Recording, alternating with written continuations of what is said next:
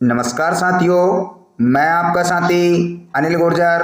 साथियों, आज के इस वीडियो में हम बात करेंगे, जैसा कि वर्तमान में 5वीं 8वीं का मूल्यांकन कार्य चल रहा है, जिसमें कि दो व्यक्तियों की भूमिका बहुत ही महत्वपूर्ण है। एक तो हेड वैल्यूअर और दूसरा मूल्यांकनकर्ता।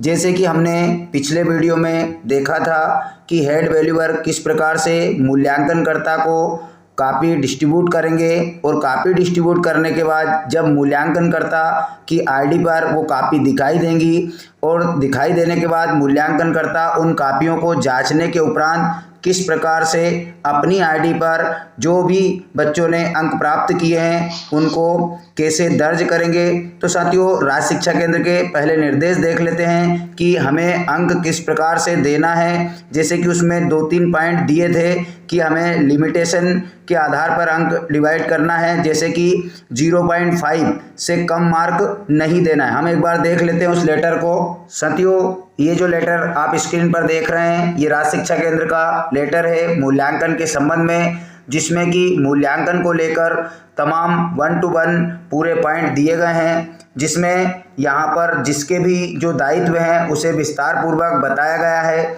इसमें हम देखेंगे मूल्यांकनकर्ता के दायित्व, जहाँ पर कुछ निर्देश दिए गए हैं, तो हम देख लेते हैं। इसमें मूल्यांकनकर्ता इस बात की पुष्टि कर लें कि उन्हें पोर्टल द्वारा जिस कक्षा, विषय व रोल नंबर की उत्तर पुस्तिकाओं का आवंटन किया गया है, वही उत्तर पुस्तिकाएं उनको प्राप्त हुई हैं।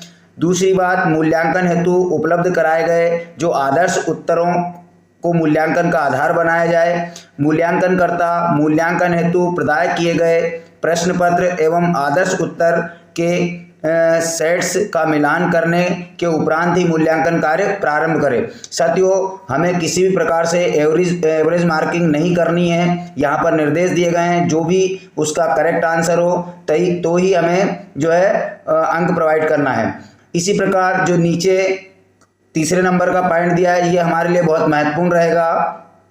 मूल्यांकनकर्ता ध्यान रखे कि उत्तर पुस्तिकाओं में कोई भी उत्तर का अंश अमूल्यांकित ना रहे, ताकि कल को अगर किसी पालक द्वारा कॉपी को ओपन करवाया जाए और कोई अंश छूटा हो तो वहाँ पर प्रश्न चिन्ह खड़े हो।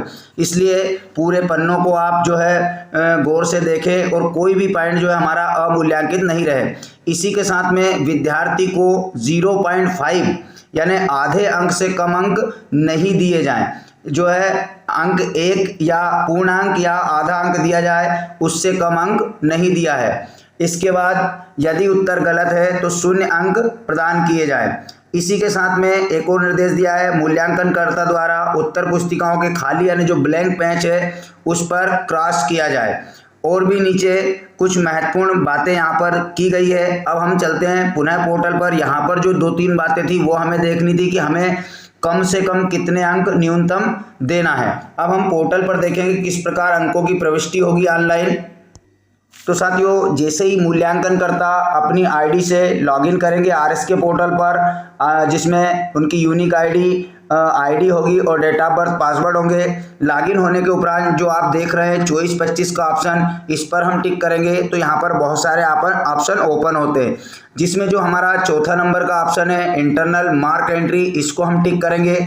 जैसे ही इसको टिक करेंगे तो हमें कौन सी कॉपी यहाँ पर अलॉट हुई है, किस नंबर की कॉपी अलॉट हुई है, उसकी सूची ओपन होगी और किस दिनांक को वह पेपर था वो भी यहाँ पर दिखाई देगा। इसके बाद हम 100 पे करेंगे क्लिक। तो जैसे हम 100 पर क्लिक करेंगे तो जो कॉपियाँ हैं उसमें उन बच्चों के नाम, उनके रोल नंबर, तमाम जानकारी यहाँ पर खुलकर पूरी सूची हमारे सामने आ जाएगी। अब हमें क्या करना है, हमने कॉपी को मूल्यांकित कर दिया है, जांच दिया और बच्चे को जो भी अंक प्राप्त किए वो कॉपी के मुख्य पृष्ठ पर दर्ज हैं। अब उन अंकों की प्रविष्टि हमें यहाँ पर करना है। साथियों, पिछले वर्षों के मुकाबले इस बार जो है अंक प्रविष्टि का कार्य बहुत ही सरल कर दिया है। शुरुआत में यहाँ पर ओटीपी की आवश्यकता होती थी, लेकिन अब ओटीपी की आवश्यकता यहाँ पर नहीं लग रही है। उसी के साथ में पिछले सत्र हमने देखा था कि जो प्रश्न है उसके आंसर हमें एक प्रश्नों के अलग अलग दर्ज करना होता था, लेकिन इस वर्ष में ओवरऑल जो भी बच्चे ने अंक प्राप्त किए हैं उन अंकों की ओवरऑल एंट्री हमें यहाँ पर करनी है। जैसे कि हम किसी एक बच्चे का यहाँ पर जो पेंसिल का आइकॉन आप बना हुआ देख रहे हैं, इस पर हम टिक कर लेते हैं। तो यहाँ पर केवल ओवरऑल मार्क जो उसने प्राप्त किए हैं टोटल वो दर्ज करने के लिए यहाँ पर आ रहे हैं।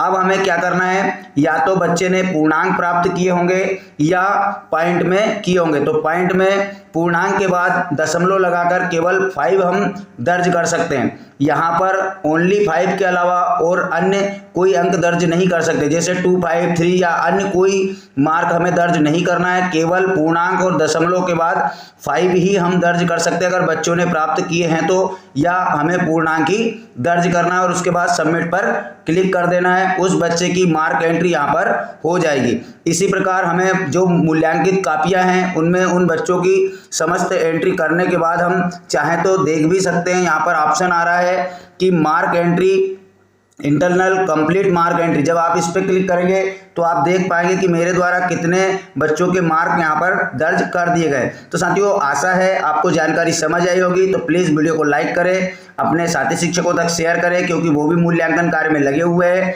और इसी प्रकार अगर आपको RSK पोर्टल पर किसी प्रकार की समस्या आती है तो आप कमेंट्स बॉक्स में जरूर लिखकर बताएं। और नई जानकारी के लिए जिन शिक्षक साथियों ने अभी तक चैनल सब्सक्राइब नहीं किया है वो चैनल सब्सक्राइब कर लीजिए। तो धन्यवाद साथियों, मिलते हैं इसी प्रकार की नई जानकारी के साथ अगले वीडियो में। तब तक के लिए जय हिंद।